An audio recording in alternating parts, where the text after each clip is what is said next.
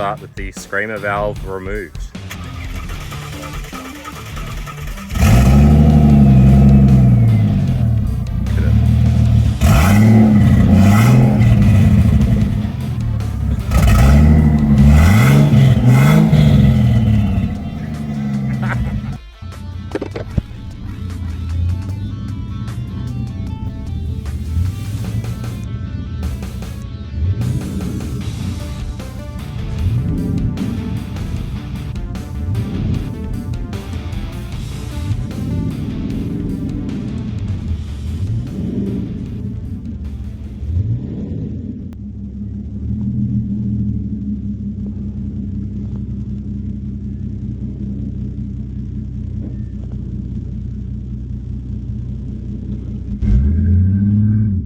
Yeah.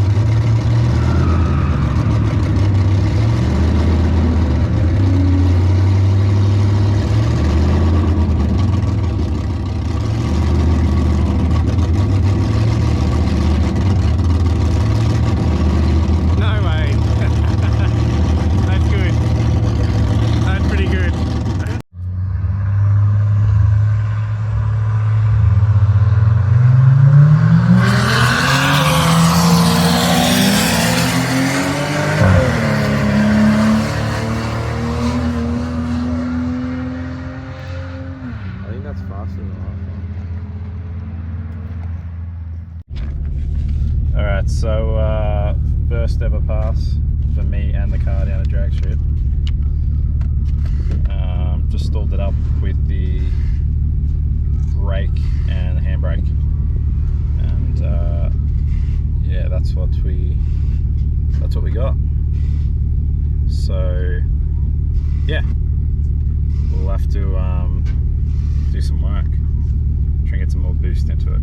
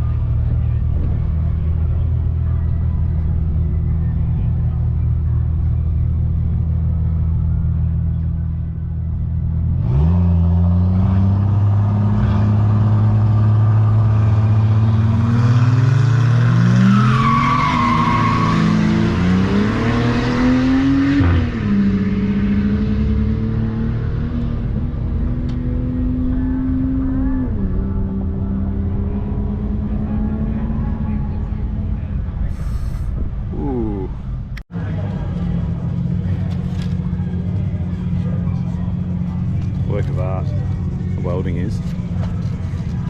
It's going to be a bit of a weapon.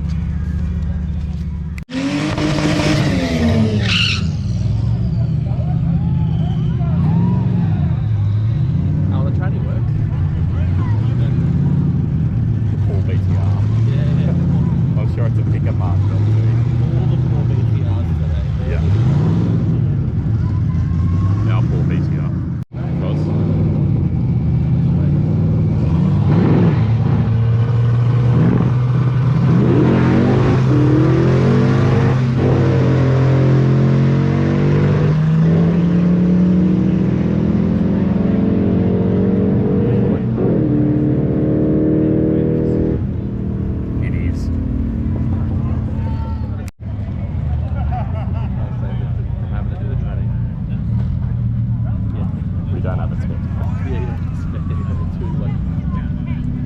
Matthew's up for his first run after the cool down and a bit of a reset.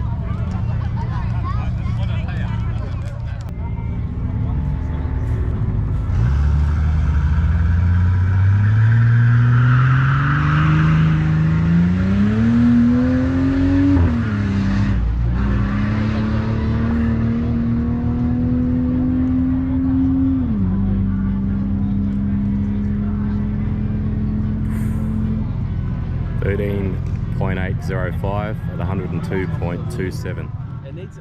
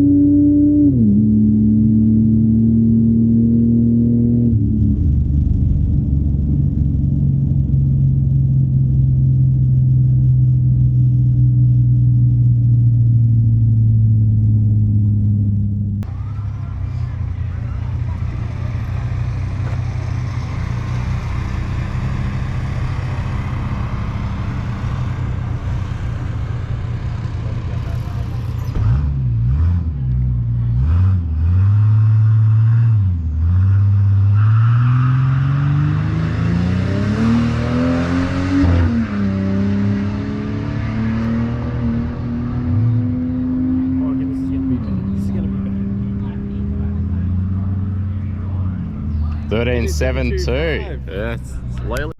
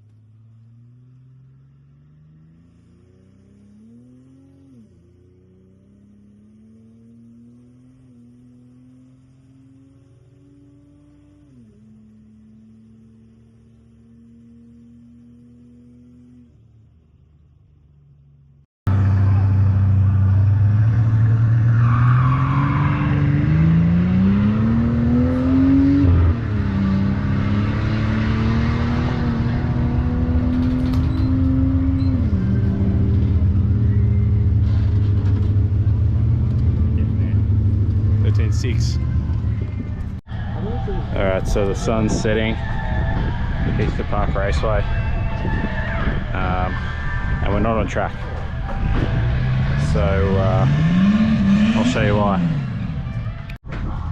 So it all looks normal, right? It all looks happy,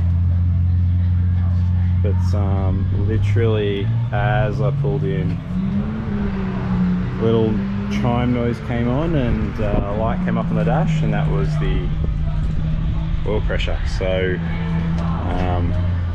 it's done. We've ran it, checked it's got oil. Obviously the oil hasn't come out of it anyway, but the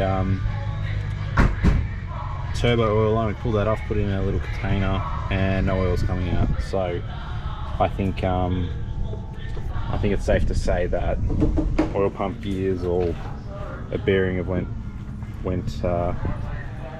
unhappy, and that could be something to do with the fact that we weren't really getting a response with the electronic boost controller, and what's happened there, we put in a boost tee. This is a $12 AliExpress boost tee, and we've got the wastegate side plumbed to the bottom port on the wastegate. I'll have to do more research to make sure that's right, but you know, from the diagrams I found online, that's how it's done. And then this line goes to the compressor cover. We set it to the minimum, so it's all the way in, and it made 15 pounds. So looks like we'll be pulling an engine down, and you know, getting to the bottom of it. But ultimately, I guess you know, you're the viewer, so you're benefiting from it. You're going to get the more episodes out of us, and yeah, as we put it together.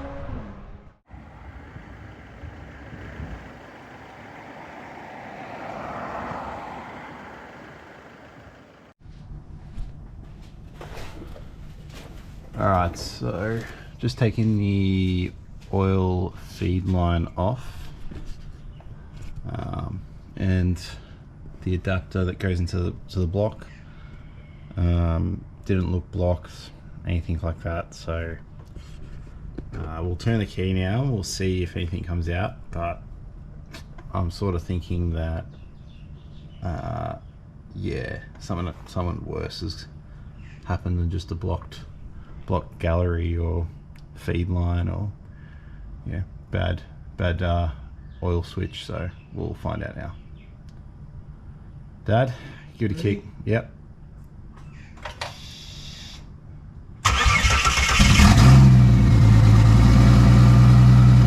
Stop.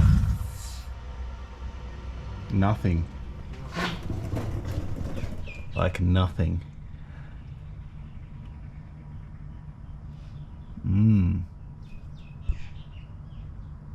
Very good. All right, well, I guess we'll be filming us pulling an engine out, and yeah, we better find a new engine. Yeah, we'll have to work out what we're gonna do. Where's the oil pump in these? It's mounted on the front. Is it hard to get to? You have to take the sump off. Right. So pretty much, our best bet is probably to pull it out. All right, so we're back from Heathcote. Obviously, I haven't posted a video in maybe 2 weeks or so, and we've been a bit busy with some other things. Ultimately, we've had a bit of a look around the car, and you know, in the footage you've probably just seen, we've worked out it's got no oil pressure. Haven't really had a chance to work out the whole boost control side and whether that's right or wrong, but I think it's wrong. You know, we saw like 15+ pound of boost in on the final run. It felt great. Felt like my 300 felt better than my 300 kilowatt Skyline. It felt really good, really strong. But we obviously hadn't tuned it for that. I'm assuming it's detonated and probably sent some forces through the crank and shattered the gears in the oil pump. So obviously the next video will be us pulling the engine out, taking a look at the oil pump and seeing what sort of carnage is in there. But I thought I'd run through the time. So it was not just the first pass for the car, it was my first pass at a drag strip ever. And the people at HPR were very helpful on the day. So my first pass was 13.805. It took a long time to build boost, and our 60 foots were bad. In hindsight, we should have done a burnout, but I don't think the car was really going to do a burnout. I think we got to do a bit of tuning work there. But you know, we'll give that a go. I also think we had the tire pressures too high. The lowest we went down to was 18, and since doing some research, probably need to be down around maybe as low as you can go, as low as 12 it seems. But you know, I think around the 16 psi is sort of like a happy medium. It sounds like. If you got any tips, I'll be reading the comments. Yeah, so yeah, that was my first pass, 13.805. My brother's first pass, that was 13.725. For him, his time went downhill from there. And yeah, he was, you know, he was really having fun, which is good to see. But you know, he was doing passes sort of back to back, literally coming back around and going straight again. So a couple of his later runs were 14.7. 14.99 with the passenger in the car, so passenger must have weighed a lot. Yeah, so a couple of 14.6s there. My best pass was the second last pass of the day, and that was 13.657, 103.67 mile an hour, and it was a 2.2 60 foot. So yeah, a lot of work to do in the 60 foot. And then the last pass of the day was a 17.2, just terrible. I got out of it straight away after it just overboosted and blew the tires off. But yeah, we've obviously got to try and work out the traction issue. But that said, you know, it'll be back. Having watched Scotty's most recent video, he's talking about pulling tuning out of the budget, and that's fair enough. I think we'll probably give it maybe one more go without having the car tuned. So now that we've got a bit of that time pressure removed, we'll probably put it on E85 and try and dial it in ourselves a bit better. Just needed more time. So yeah, that's that. We'll start pulling the engine out and all the manifolds off and working out what to do.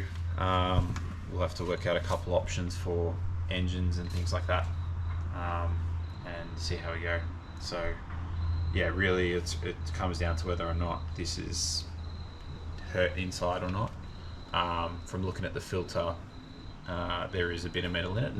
It's not like glitter city, it's just a little bit of metal, a little bit of aluminium here and there in the plates. That sort of makes me think it's probably, I'm assuming it could be the backing of the oil pump cover. Don't know. So yeah, we'll work out what's going on with this engine. In the meantime, you know, maybe putting in a green top or something like that, but we'll work that out in another episode. First and foremost, thank you to Brenton for letting us back into HPR to come get the car back. That was very helpful, and I appreciate you taking the time out of your day to do that. You're a wealth of knowledge for us. It was really, really helpful to, you know, pick your brain on a few things. It was also a big thank you to Cameron from House of Hoon. He was really helpful on the day, good to chat to, and gave us some washers and stuff that we needed to help with our exhaust. And yeah, we didn't get to chat to everyone on the day, the other competitors, but the few that we did, they were lovely. And lastly, thanks to Scotty. If you know, he didn't put the idea of 12s to 2K in our head, we wouldn't have done it. And ultimately, you know, from watching 13s for $1,300 back in the day, and wanted to do that as a kid, it was sort of it was a nice moment being able to do it ourselves. So yeah. Yeah, car will be back out there. I'm not going to give you a time. I'm not going to give a number. 3 weeks? 2 weeks. 2 weeks, you reckon? Yeah. We'll see how we go. Right. There's a lot of work to do. Yeah. A lot of work to do. So, yeah. Yeah, so we'll see what happens. But I hope it's the last one I kill. Yeah. Anyway, yeah. Stay tuned for future videos. Subscribe to Mickey Plum for future content, and like our videos as well.